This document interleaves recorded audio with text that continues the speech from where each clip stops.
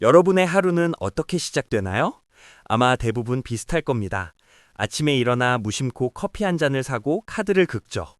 혹은 월급날, 통장에 찍힌 숫자를 확인하며 안도의 한숨을 내쉬기도 합니다. 그런데 여러분, 한 번이라도 이런 의문을 가져본 적이 있으신가요? 도대체 이 숫자가 뭐라고 우리는 인생의 절반 이상을 여기에 바치고 있는 걸까요? 자, 냉정하게 한번 봅시다. 여러분 지갑 속에 있는 지폐 한 장, 이거 사실 그냥 특수 종이일 뿐입니다. 배가 고프다고 먹을 수도 없고 춥다고 옷으로 헤입을 수도 없어요. 그런데 참 신기하죠. 우리는 이 종이 한 장이 고기 몇 근의 가치가 있다는 걸, 혹은 누군가의 1시간짜리 노동력과 맞바꿀 수 있다는 걸 단 1초도 의심하지 않습니다. 이건 기적일까요? 아니면 전 인류가 걸려있는 거대한 최면일까요? 최근 몇 년 동안 전 세계를 떠들썩하게 만든 비트코인도 마찬가지입니다. 누군가는 쓰레기라고 비난하고 누군가는 세상을 바꿀 혁명이라고 말하죠. 하지만 비트코인의 복잡한 기술을 분석하기 전에 우리가 반드시 넘어야 할 관문이 하나 있습니다. 바로 돈이란 무엇인가? 라는 아주 본질적인 질문입니다. 오늘 우리는 인류 역사상 가장 위대한 발명품이자 가장 정교한 신뢰의 도구인 화폐의 탄생을 아주 깊숙이 파헤쳐 보겠습니다. 시간을 훌쩍 뛰어넘어 화폐가 없던 아주 먼 옛날로 가보겠습니다. 여러분은 지금 며칠째 제대로 못 먹어서 아주 배가 고픈 상태예요.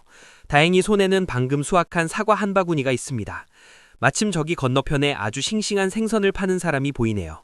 여러분은 사과를 주고 그 생선을 바꾸고 싶어 합니다. 자, 그런데 여기서 문제가 터집니다. 생선 주인이 이렇게 말하는 거죠. 나 사과 싫어하는데요? 어제 너무 많이 먹어서 질렸어요. 난 지금 입을 옷이 없어서 옷감 가진 사람을 찾고 있단 말이죠. 이게 바로 비극의 시작입니다. 여러분은 생선을 먹고 싶지만 생선 주인이 원하는 옷감이 없어요. 그럼 어떻게 해야 할까요? 옷감 가진 사람을 찾아가서 사과를 주고 옷감을 바꾼 뒤에 그걸 들고 다시 생선 주인에게 달려가야 합니다. 그런데 만약 옷감 주인은 또 신발이 필요하다고 하면 어떻게 될까요? 꼬리에 꼬리를 무는 이 비효율, 경제학에서는 이걸 욕만의 이중적 일치라고 부릅니다. 내가 원하는 걸 가진 사람과 내가 가진 걸 원하는 사람이 딱 만날 확률. 이건 로또 복권만큼이나 어렵고 비효율적인 일이었습니다. 문제는 여기서 끝이 아닙니다. 바로 시간이라는 괴물이 있죠. 사과는 일주일이면 썩어버리고 생선은 사흘만 지나도 상합니다. 내가 가진 가치를 보관할 방법이 아예 없었던 거예요. 인류는 매일매일 굶지 않기 위해 필사적으로 거래처를 찾아 헤매야 했습니다. 만약 이 문제를 해결하지 못했다면 인류 문명은 아마 원시시대에서 단 한 발짝도 나가지 못했을 겁니다. 이때 인류는 기가 막힌 아이디어를 하나 냅니다. 우리 이러지 말고 모든 사람이 공통적으로 좋아하는 중간 매개체를 하나 정하자. 사람들은 주변에서 찾기 쉬우면서도 또 아무나 가질 수는 없는 특별한 물건들을 화폐로 쓰기 시작했습니다. 그중 가장 대표적인 게 바로 조개 껍데기와 소금이었죠. 로마 시대의 군인들의 월급을 소금으로 줬다는 이야기는 아주 유명합니다. 우리가 흔히 급여를 뜻할 때 쓰는 단어 셀러리가 소금을 뜻하는 라틴어 쌀에서 나온 것도 바로 이런 역사 때문입니다. 하지만 이런 초기 화폐들에는 치명적인 약점이 있었습니다. 소금은 비가 오면 녹아 없어지죠. 쌀은 쥐가 파먹거나 금방 썩어버립니다. 조개 껍데기는 또 어떤가요? 해안가에 사는 사람들에겐 길바닥의 돌멩이만큼 흔했습니다. 누군가 작정하고 조개 껍데기를 산더미처럼 주워오면 시장의 물가는 미친 듯이 치솟았습니다. 돈의 가치가 순식간에 사라지는 거죠. 이런 시행착오를 겪으며 인류는 화폐의 진정한 조건 4가지를 깨닫게 됩니다. 첫째, 내구성. 시간이 지나도 가치가 변하거나 썩지 않아야 한다. 둘째, 휴대성. 들고 다니기 편해야 한다. 셋째, 희소성. 누구나 마음대로 만들어낼 수 없어야 한다. 넷째, 분할 가능성. 쪼개서 작은 물건도 살 수 있어야 한다. 인류는 이 까다로운 조건들을 모두 만족하는 물질을 찾기 위해 지구상의 모든 원소를 뒤지기 시작합니다. 그리고 마침내 인류의 역사를 송두리째 바꿀 노란 금속을 발견합니다. 네, 바로 금입니다. 왜 하필 금이었을까요? 그냥 예뻐서였을까요? 아니요. 금은 과학적으로 화폐가 되기 위해 태어난 원소라고 해도 과언이 아닙니다. 가스는 보관할 수 없고 리튬 같은 금속은 물에 닿으면 폭발합니다. 철은 녹슬고 구리는 부식되죠. 하지만 금은 다릅니다.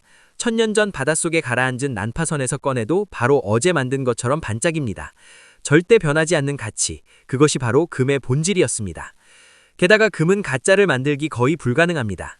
옛날 연금술사들이 수천 년 동안 노력했지만 결국 실패했죠. 또한 쪼개고 합치기도 아주 쉽습니다. 소 한 마리를 살 때는 커다란 금덩이를, 빵 한 조각을 살 때는 아주 작은 금동전을 쓰면 됐습니다. 인류는 드디어 절대적인 가치의 기준을 찾아낸 겁니다. 하지만 이런 완벽한 금액에도 딱 하나 치명적인 단점이 있었습니다. 바로 너무 무겁다는 거였죠. 큰 거래를 하려면 수레에 금괴를 가득 싣고 이동해야 했는데 이건 도둑들에게 나 여기 있으니 제발 잡아가세요 라고 광고하는 꼴이었습니다. 이 불편함이 인류를 또 다른 혁명, 즉 보이지 않는 약속의 세계로 인도하게 됩니다. 사람들은 이제 무거운 금을 들고 다니는 대신 안전한 금고를 가진 사람에게 금을 맡기기 시작합니다. 그리고 그 증거로 보관증이라는 걸 받죠. 이 종이를 가져오면 언제든 금 1kg으로 바꿔주겠다는 은행가의 약속이 적힌 종이였습니다. 시장 사람들은 곧 깨달았습니다. 어차피 나중에 금으로 바꿀 수 있는 종이라면 굳이 무겁게 금을 찾으러 갈 필요가 없잖아. 그냥 이 종이를 주고받으면 되네. 이것이 바로 우리가 사용하는 현대 지폐의 시작입니다. 이제 돈은 눈에 보이는 물질이 아니라 보이지 않는 약속이자 신뢰가 된 겁니다. 발행 주체가 망하지 않는다는 믿음만 있다면 종이 쪼가리도 금과 똑같은 가치를 가지게 된 거죠. 하지만 여러분, 여기서 우리는 아주 무섭고도 중요한 질문을 던져야 합니다. 만약 이 종이를 찍어내는 국가가 그 약속을 어긴다면 어떻게 될까요? 금고에는 금이 10kg밖에 없는데 보관증은 100kg어치나 찍어내버린다면요. 내 주머니 만원권의 가치가 나도 모르는 사이에 반토막 나고 있다면 우리는 과연 그 돈을 진짜 돈이라고 부를 수 있을까요? 2008년, 우리는 전 세계적인 금융 위기를 통해 목격했습니다. 절대 무너지지 않을 것 같은 거대 은행들이 쓰러지고 국가가 보증한다던 화폐의 가치가 순식간에 휴지 조각이 되는 과정을 말이죠. 사람들은 다시 묻기 시작했습니다. 국가나 은행 같은 중간 관리자 없이도 변하지 않는 금의 성질을 가진 디지털 화폐를 만들 수는 없을까?